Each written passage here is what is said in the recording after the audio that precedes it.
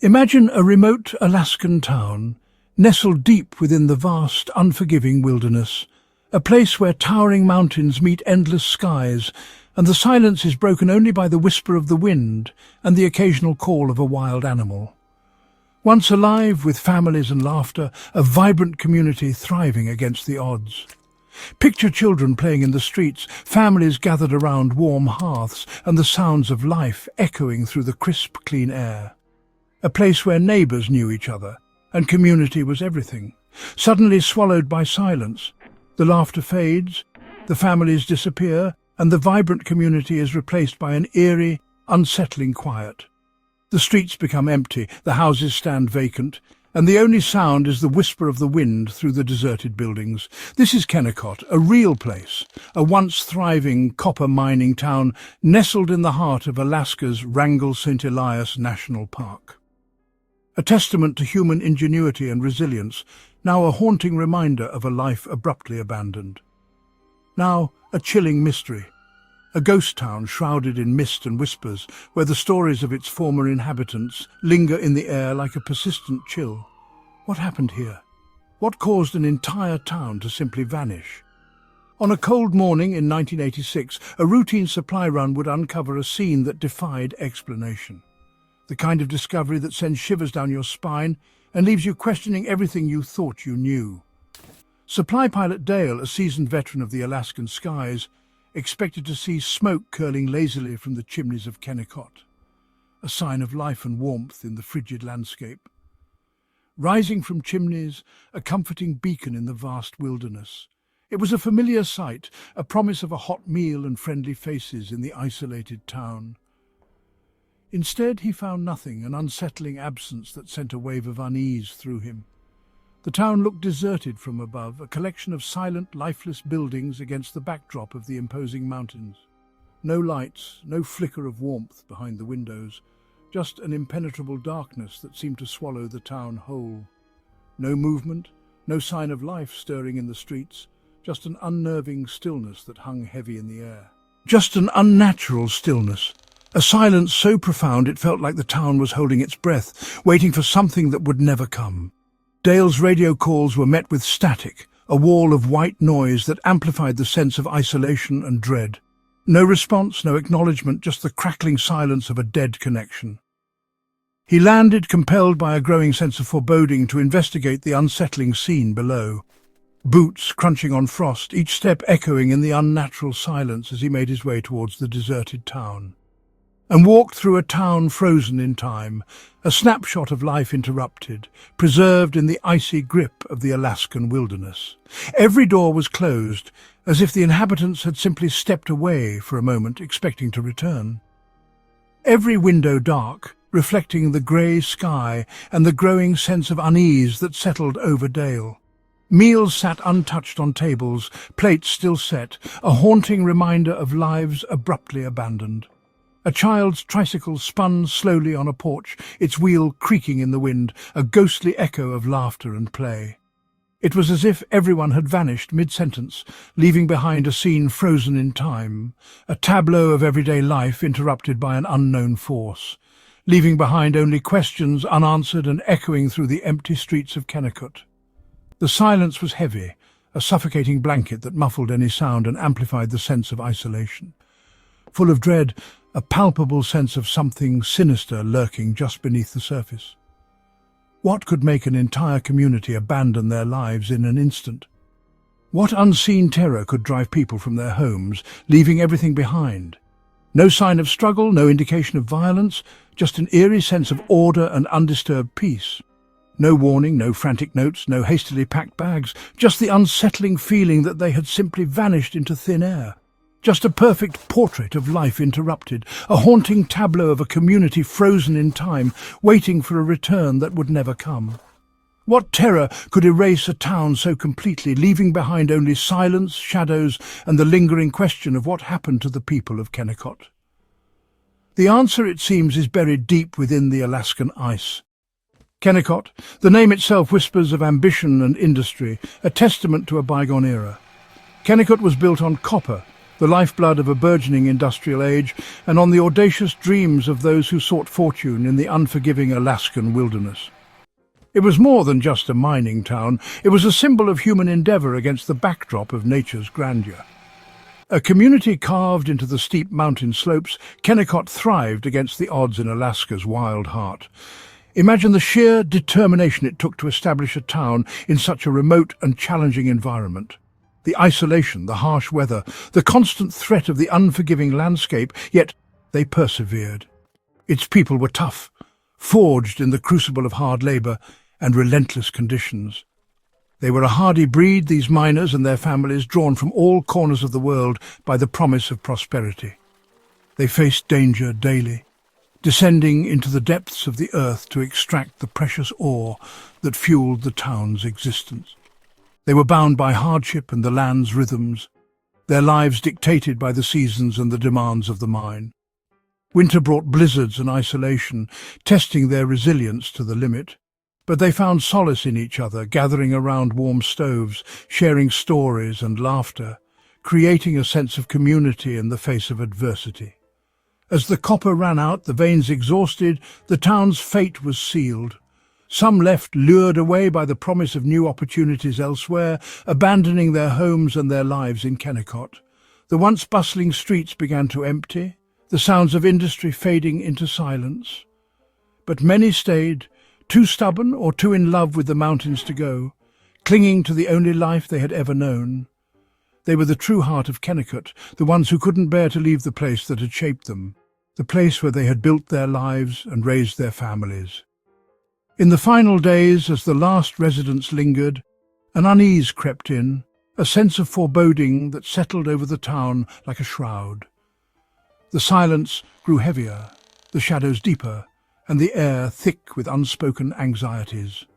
Residents whispered of a deepening silence, a stillness that felt unnatural, of being watched by unseen eyes in the vast wilderness.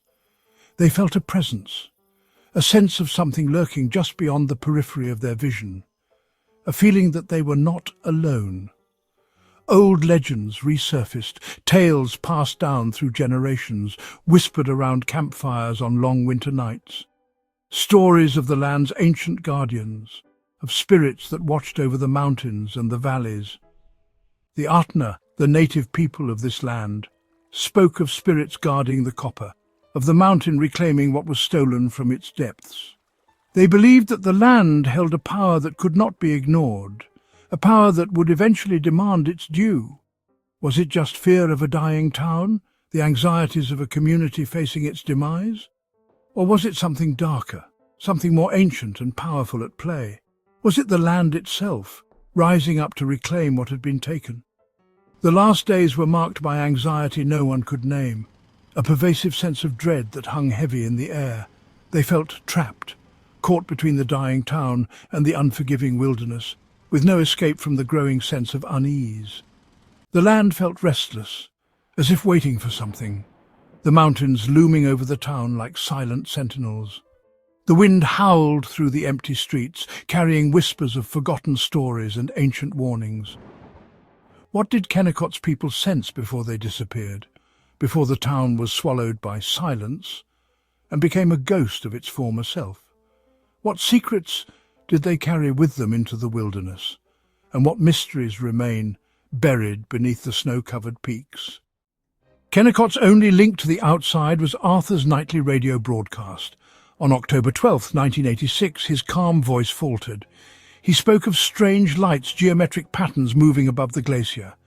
Then came a low, unnatural hum vibrating through the radio. Arthur's fear was raw. "Can you hear that? Don't open the door!" A splintering sound, a scream, and then silence. The broadcast ended abruptly, never to resume. Those who heard it knew something impossible had happened. What was at the door that night? The silence that followed has never been broken. Kennecott's last message was a cry into the void. The search party found Kennecott untouched, no violence, no chaos. The most haunting clue, footprints from every home, converging on the main street, then out of town toward the glacier. Hundreds walked in calm procession, side by side for 2 miles, At the glacier's edge, the tracks simply stopped. No bodies, no belongings, just vanished. Searchers found nothing, no evidence, no explanation. The glacier, ancient and silent, revealed no secrets. How could so many people disappear without a trace? The footprints ended in nothingness, as if the earth itself had swallowed them. The investigators were left with only questions. Kennecott became a riddle written in ice. The post office stood frozen in time, a relic of a bygone era. Dust motes danced in the shafts of light that pierced through the grimy windows, illuminating rows upon rows of forgotten mail. It was a time capsule, a repository of untold stories, of hopes and fears, all trapped within the confines of this silent building. Here lay mountains of unsorted mail, a testament to lives interrupted, destinies unfulfilled. Letters and parcels, each with a story to tell, waiting for delivery that would never come. They sat gathering dust, their messages forever suspended in time, unheard and unheeded. The weight of these undelivered missives seemed to press down on the very air. Among the forgotten correspondence, a letter surfaced. It was a letter from schoolteacher Mary, her handwriting delicate and precise. The paper was yellowed with age, the ink faded, but the words still held a chilling power. In her letter, Mary described a sickness of the spirit, a creeping unease that had begun to permeate the town. Her words painted a picture of a community slowly succumbing to an unseen force, a darkness that gnawed at their collective psyche. She shared nightmares of a silent city under the ice, a place where the familiar landmarks of Kennecott were transformed into grotesque parodies of themselves. The cold seeped into her bones, a chilling premonition of the town's impending doom. Mary also wrote of a growing paranoia, a sense of being watched by the mountains. The towering peaks that once provided solace and protection now seemed to loom over the town like silent sentinels, their shadows harbouring an unknown threat. The children, too, were affected. Their drawings, once filled with innocent joy, now showed faceless figures lurking at the forest's edge, their presence unsettling and ominous. Their artwork also depicted strange lights in the sky, unexplained phenomena that seemed to defy all logic and reason. These weren't the auroras they were used to, these were something else entirely. The doctor's logbook, another piece of the puzzle, told of a surge in unexplained ailments, headaches persistent and debilitating. He also documented widespread insomnia, a collective inability to find rest, as if the town itself was holding its breath in anticipation of something terrible.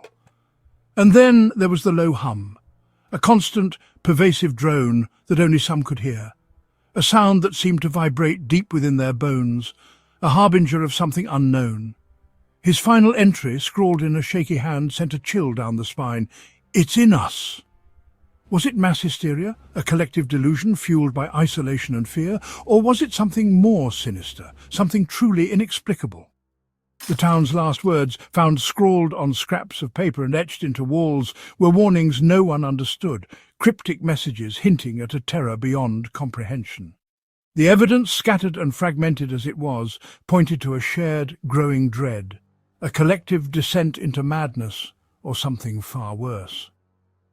What sickness, be it of the mind or of something far more tangible, gripped Kennecott in its final days, leaving it a ghost town shrouded in mystery? Kennecott faded into legend, but the land kept whispering. Pilots and hunters reported lights in empty windows, shadows moving in abandoned streets. The Artner warned of a sky fire, and a silent call that lures people away. In 2003, filmmakers' equipment failed near the town. Their recordings captured unidentifiable whispers. Seismologists detected rhythmic tremors beneath the glacier, deliberate like a heartbeat. The pulses are growing stronger, as if something beneath the ice is waking. The mountain is no longer silent. The story refuses to die. Kennecott's secret stirs in the cold. The investigation was swift, then silenced, files sealed. The town declared loss to an environmental event. The official report offered no answers, just a list of names and a vague conclusion. Unofficial sources whispered of non-human samples, unknown metals, and a cover-up from the highest levels. The truth was buried, replaced by a blank page. Someone decided the world could not handle what happened in Kennecott. The silence in the records is as chilling as the silence in the town. What could be so terrible? It must be hidden at all costs. The blank page is the most terrifying clue of all. Kennicott's real story remains locked away. The fear lingers. Those who approach Kennicott feel watched, not by animals but by something cold and alien. Hikers glimpse tall, faceless shapes moving silently through the trees. The oppressive silence returns. No wind, no birds, just a heavy, waiting quiet. The forest holds its breath as if expecting something. The watchers in the woods echo the children's drawings. Was Kennicott just a test? Is the force that emptied it still there, waiting? The signs persist. Strange lights, oppressive silence, fleeting shadows. The mystery is not over. The empty town is a forward base for something we cannot comprehend. Kennicott's story is still unfolding. Kennicott's fate is a wound that won't heal, a story with no end. Was it madness, a natural phenomenon, or contact with something beyond our world? The evidence only deepens the mystery. The rhythmic pulse beneath the glacier grows stronger. The lights return. The feeling of being watched spreads. Kennicott was not an ending, but a beginning, an invitation. To seek the truth is to walk the same path, to risk being called by the silence. The story is inside you now. The silence is listening. If you're still here, you're already part of it.